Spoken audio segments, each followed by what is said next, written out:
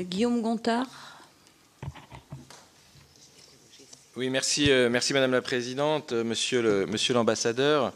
D'abord une petite précision, puisque les ressortissants français qui ont été interceptés, c'est bien intercepté dans les eaux internationales. Donc c'est juste pour préciser. Monsieur l'ambassadeur, moi je vous ai écouté. Depuis le début de l'opération de Tsahal à Gaza, au lendemain du 7 octobre 2023, le gouvernement israélien affirme, et vous l'avez redit, que son objectif est de détruire le Hamas et de libérer les otages.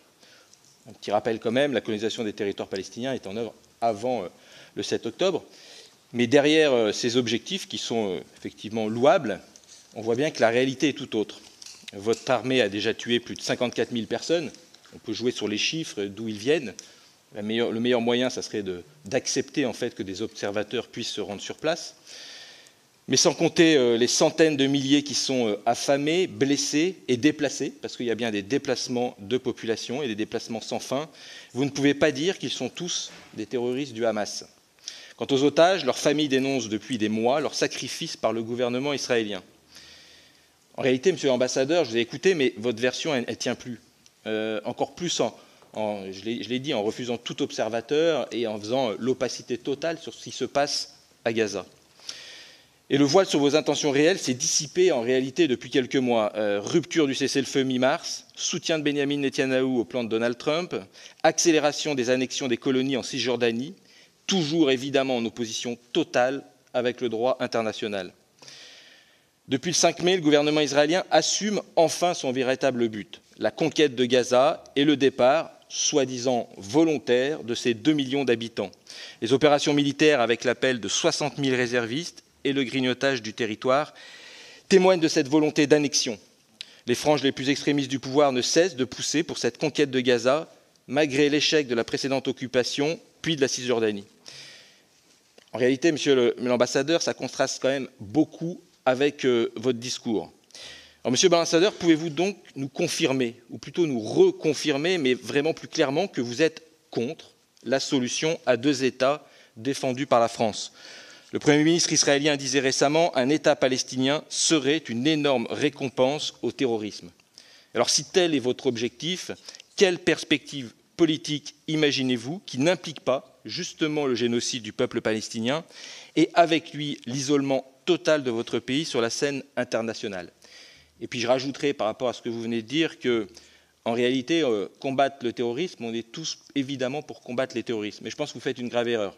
Parce qu'on ne combattra jamais le terrorisme uniquement avec les armes, mais avec des solutions politiques, et on combattra durablement uniquement avec des solutions politiques.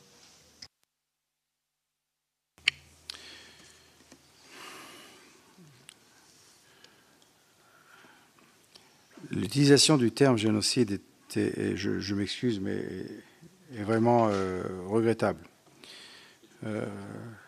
Parce que vous savez quel est le taux le taux de naissance?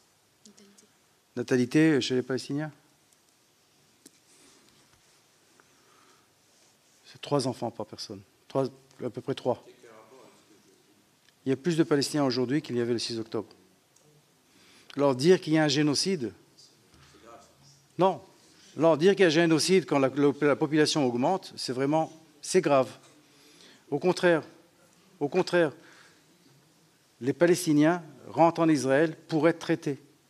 Vous savez que dans les hôpitaux de Jérusalem, les hôpitaux de Jérusalem traitent de la même façon les Palestiniens qui viennent de Cisjordanie qu'ils traitent les Israéliens. Alors dire qu'il y a un génocide quand Israël, justement, aide la santé palestinienne, le service de santé palestinien, aide les Palestiniens sont traités. Non, mais justement, quand les Israéliens traitent, vous savez que Sinwar lui-même a été traité dans un hôpital israélien. Yahya Sinwar lui-même a été sauvé dans un hôpital israélien. Alors si notre but était de génocider les Palestiniens, au moins on l'aurait laissé mourir, parce qu'il avait un cancer cérébral. Alors, vraiment, utiliser ce terme quand nous aidons les Palestiniens, leur service de santé, quand Israël aide le service de santé palestinien, excusez-moi, mais c'est tout à fait inacceptable. C'est vraiment ne pas regarder la réalité sur les faits comme ils le sont. Dans aucun cas, j'ai dit que je dispute le nombre de morts qu'il y a jusqu'à présent. Et c'est terrible. Et c'est terrible. Cette guerre est terrible. Notre but n'était pas, justement, de causer la mort de 50 000, 54 000, vous dites 50 000 54 000, je ne discute pas, nous sommes incapables de discuter les chiffres. Nous savons exactement combien de terroristes nous avons tués, nous avons éliminés. Et ça, nous le savons. Et ce ratio, vous savez quel était le ratio, monsieur le sénateur, quand la France et les alliés ont combattu à Raqqa et combattu à Mossoul? Pour chaque terroriste qui était tué, il y avait 4 civils qui étaient tués. J'accepte le chiffre que vous donnez de 54 000. Je ne le discute pas. Je ne discute pas. Je l'accepte. Mais nous savons qu'il y a 25 000 terroristes qui ont été tués, éliminés. Ça veut dire que le ratio est à peu près de 1 pour 1. Pour chaque terroriste qui est tué, il y a malheureusement, et c'est terrible, un Palestinien civil qui meurt aussi. Et je dis, pour chaque personne, pour chaque enfant, pour chaque civil palestinien qui est tué, chacun d'entre eux est une tragédie. Est une tragédie pour les Palestiniens, est une tragédie pour les Israéliens. Alors, faire des déclarations, parler de génocide, excusez-moi, mais est inacceptable. Quand Israël finance, non seulement finance, mais aussi, encore une fois, soigne les Palestiniens. Comment faire pour éviter? Je parlais justement de ce que fait Israël. Je parlais de comment on fait pour éviter. Je parlais exactement de ce que fait l'armée israélienne pour empêcher que les civils soient touchés. Vous parliez de déplacement. Mais je dois répondre quand même au point que vous avez présenté. Vous parlez de déplacement. Vous savez pourquoi se font ces déplacements?